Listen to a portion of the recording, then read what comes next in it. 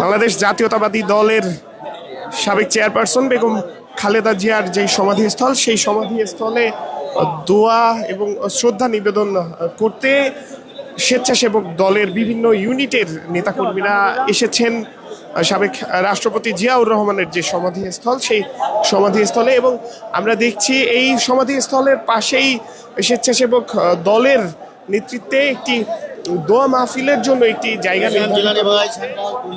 এবং সেই জায়গা থেকে আপনাদেরকে দেখানোর চেষ্টা করছি প্রয়াত রাষ্ট্রপতি জিয়াউর রহমান এবং সদ্য প্রয়াত বিএনপি চেয়ারপারসন এবং বাংলাদেশের 3 বারের প্রধানমন্ত্রী বেগম খালেদা জিয়ার রুহের মাগফিরাত কামনা করে একটি কুরআন খতম ও দোয়া মাহফিল আয়োজন করেছে বাংলাদেশ স্বেচ্ছাসেবক দল। এবং আমরা এই মুহূর্তে সেই যে সেই জায়গাটি দেখানোর চেষ্টা করছি। এখানে স্বেচ্ছাসেবক দলের বিভিন্ন পর্যায়ের যারা নেতাকর্মীরা রয়েছেন তারা এখানে অবস্থান করছেন এবং অন্যদিকে পুষ্পার্ঘ্য অর্পণ করে সমাধিতে শ্রদ্ধা জানাতে কিন্তু এগিয়ে গিয়েছেন এবং সেটি আপনাদেরকে এই মুহূর্তে দেখানোর চেষ্টা করব।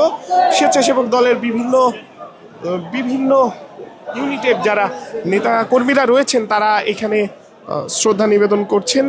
এবং আপনাদেরকে জানিয়ে রাখছি, গত 23 নভেম্বর শারীরিকভাবে অসুস্থ হন বিএনপির চেয়ারপারসন এবং বাংলাদেশের 3 বারের প্রধানমন্ত্রী বেগম খালেদা জিয়া। এবং তার অসুস্থতা পরবর্তী সময়ে তাকে রাজধানীর এভার কেয়ার হাসপাতালে নেওয়া হয় এবং সেই এভার কেয়ার হাসপাতাল থেকে 27 নভেম্বর তার শারীরিক অবস্থার অবনতি ঘটে। এর পরবর্তী সময়ে আমরা দেখি উন্নত চিকিৎসার জন্য তাকে বাংলাদেশের বাইরে অন্য দেশে নেওয়ার কথা থাকলেও সেটি আসলে সম্ভব হয়নি। পরবর্তীতে গত 30 ডিসেম্বর মঙ্গলবার ভোরে তিনি ইন্তেকাল করেন এবং এর পরবর্তী সময়ে আমরা দেখেছি গত 31 ডিসেম্বর রাজধানীর মানিক মিয়া অ্যাভিনিউতে তার নামাজে জানাজা অনুষ্ঠিত হয় এবং সেই নামাজে জানাজা শেষেই সাবেক রাষ্ট্রপতি জিয়াউর রহমানের সমাধির পাশে তাকে কিন্তু দাফন করা হয় এবং সেই সমাধিস্থলেই আজ বাংলাদেশ স্বেচ্ছাসেবক দলের যেই নেতাকর্মীরা রয়েছেন তারা এখানে এসেছেন তার বিদেহী আত্মার প্রতি শ্রদ্ধা জানাতে এবং সেই আত্মার মাগফিরত কামনা করে কিন্তু তারা এখানে কোরআন খতম এবং দোয়া মাহফিলের আয়োজন করেছেন। ঠিক সাবেক রাষ্ট্রপতি জিয়াউর রহমানের সমাধিস্থলের ঠিক পাশেই বাংলাদেশ জাতীয়তাবাদী স্বেচ্ছাসেবক দলের বিভিন্ন পর্যায়ের নেতাকর্মীরা এখানে উপস্থিত আছেন, যারা কিন্তু কোরআন খতম এবং দোয়া মাহফিলে অংশগ্রহণ করবেন প্রয়াত রাষ্ট্রপতি জিয়াউর রহমান এবং সদ্য প্রয়াত সাবেক প্রধানমন্ত্রী বিএনপি চেয়ারপারসন বেগম খালেদা জিয়ার রুহের মাগফিরত কামনা করে তারা কিন্তু এইখানেই সেই দোয়া মাহফিল এবং কোরআন খতম করবেন। আমরা সেটি দেখছি এই মুহূর্তে কিন্তু সেই কুরআন তেলাওয়াত কিন্তু চলছে এবং একজন কিন্তু সেই কুরআন তেলাওয়াত শুরু করেছেন এবং সেটি আপনাদেরকে দেখানোর চেষ্টা করছি। আজ সকাল থেকেই জিয়াউর রহমানের সমাধিস্থলে বিভিন্ন পর্যায়ের নেতাকর্মীরা কিন্তু এখানে এসেছেন এবং সেই নেতাকর্মীদের মাঝে কিন্তু আমরা দেখেছি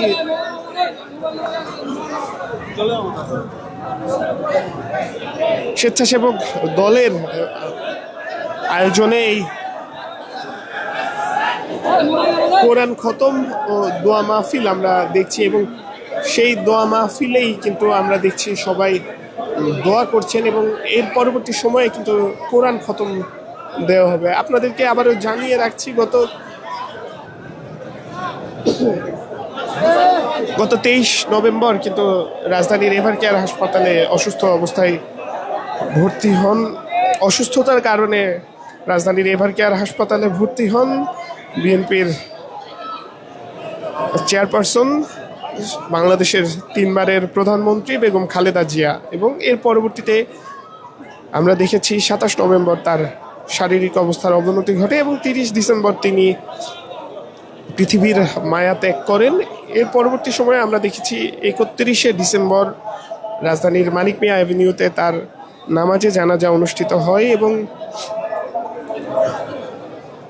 তার পরবর্তী সময়ে সাবেক রাষ্ট্রপতি জিয়াউর রহমানের সমাধিস্থলের পাশে তাকে দাফন করা হয় এবং সেই সমাধি স্থলের পাশেই স্বেচ্ছাসেবক দলের আয়োজনে যেই দোয়া অনুষ্ঠান, যেই দোয়া মাহফিল, সেই দোয়া মাহফিল থেকে আমি আপনাদেরকে সরাসরি দেখানোর চেষ্টা করছি। এখানকার যে নেতাকর্মীরা হাত তুলে মোনাজাত করছে সাবেক রাষ্ট্রপতি জিয়াউর রহমান এবং বেগম খালেদা জিয়ার রুহের মাগফিরাত কামনা করে নেতাকর্মীরা কিন্তু হাত তুলে দোয়া করছেন এবং সেটি আপনাদেরকে এই রাজধানীর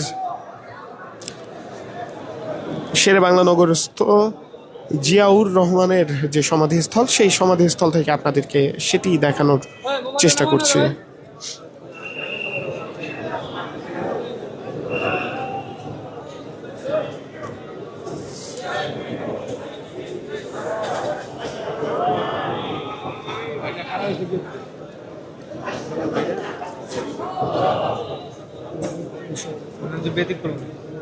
এতক্ষণ বাংলা নিউজের সরাসরি সম্প্রচারে আমি আজবার যুক্ত ছিলাম, আপনাদের সাথে দেখানোর চেষ্টা করছিলাম সাবেক রাষ্ট্রপতি জিয়াউর রহমানের সমাধিস্থলে বাংলাদেশ জাতীয়তাবাদী স্বেচ্ছাসেবক দলের যেই দোয়া মাহফিল, সাবেক প্রধানমন্ত্রী বিএনপির চেয়ারপারসন বেগম খালেদা জিয়ার রুহের মাগফিরাত কামনা করে যেই কোরআন খতম এবং তার সমাধিতে যে শ্রদ্ধা নিবেদন স্বেচ্ছাসেবক দলের, সেটি আপনাদেরকে দেখানোর চেষ্টা করছিলাম বাংলা নিউজের সরাসরি সম্প্রচারে। আমি আজবার যুক্ত ছিলাম, আপনাদেরকে ধন্যবাদ এতক্ষণ বাংলা নিউজের সাথে থাকার জন্য। পরবর্তীতে আবারও যুক্ত হব অন্য কোনো ঘটনা কিংবা সংবাদ নিয়ে। ততক্ষণ পর্যন্ত বাংলা নিউজের সাথেই থাকুন।